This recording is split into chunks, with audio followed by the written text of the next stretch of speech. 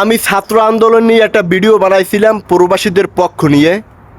এরকম একটা mini bag দেখাইছিলাম, এরকম যে মিনি ব্যাগের ভিতরে আপনার 5 থেকে 10,000 রিয়াল পর্যন্ত আছে, বাংলা 2 থেকে 2.5 লক্ষ টাকার মতন হইবে। কিন্তু বলছিলাম যে প্রবাসী রেমিটের যোদ্ধারা তারা কিন্তু বাংলাদেশে টাকা ছাড়বে না, বাংলাদেশ স্বাধীন না হওয়া পর্যন্ত বাংলাদেশে টাকা ছাড়বে না।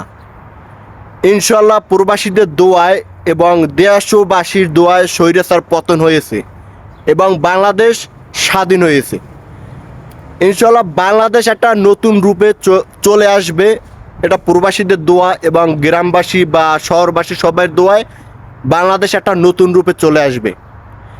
কিন্তু এরকম মিনি ব্যাগটা দেখাইছিলাম, কিন্তু মিনি ব্যাগের ভিতর টাকা ছিল, এই টাকাগুলো ছাড়তে চাইছিলাম না, কিন্তু স্বৈরাচার পতন হইবে তারপর টাকাগুলো ছাড়বো।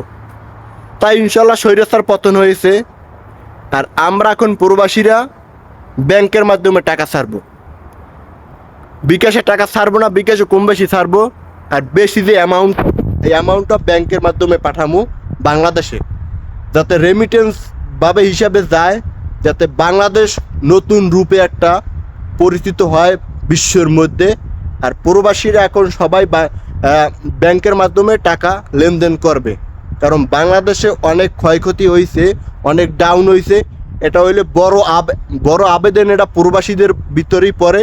প্রবাসীরা রেমিটেন্সের মাধ্যমে এটা উন্নত করবে ইনশাল্লাহ। আর আশা করি প্রবাসীদের জন্য আপনারা সবসময় দোয়া করবেন, যাতে তারা সুস্থ শরীর নিয়ে যাতে প্রবাসী যুদ্ধ করে বাংলাদেশকে উন্নত করতে পারে। আমরা তো বাংলাদেশের ভিডিওগুলো দেখছি এই বিদেশ বসে, প্রবাসে বসে, কিন্তু চোখের পানি ধরে রাখতে পারি না। ছাত্রদের উপর এমনভাবে অত্যাচার হয়েছে, আশা করি আর স্বৈরাচার সরকার আসবে না, আর এরকম অত্যাচারও জনগণের উপর হইবে না। ইনশাল্লাহ বাংলাদেশ চিরজীবী হোক, আর বাংলাদেশ নতুন রূপে পরিস্থিতি হবে বিশ্বের মধ্যে।